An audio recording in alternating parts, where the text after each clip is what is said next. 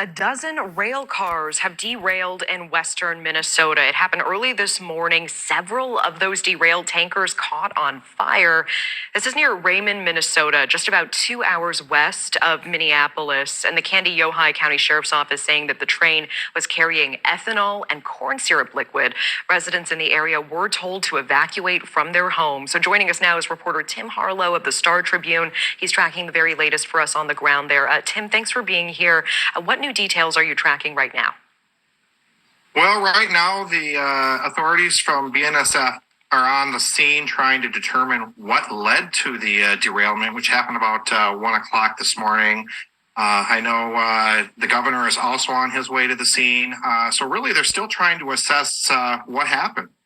And we know we're talking about ethanol and corn syrup. What, if any, are the concerns right now over what that train was carrying?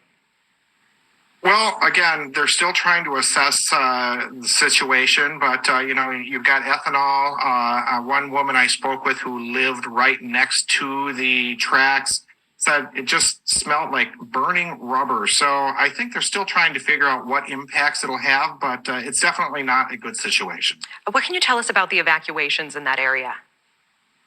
After the derailment, first responders were actually going door to door, pounding on doors, telling people to leave the area.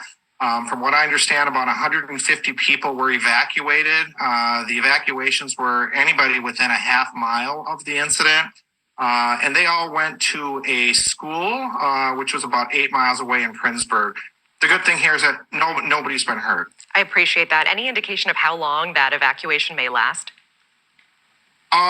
They haven't said for sure, but I know that the main highway leading in and out of town will be closed the entire day and probably into tomorrow. So it may be a while before some of these people can return home. And I know you've been speaking with some of these residents.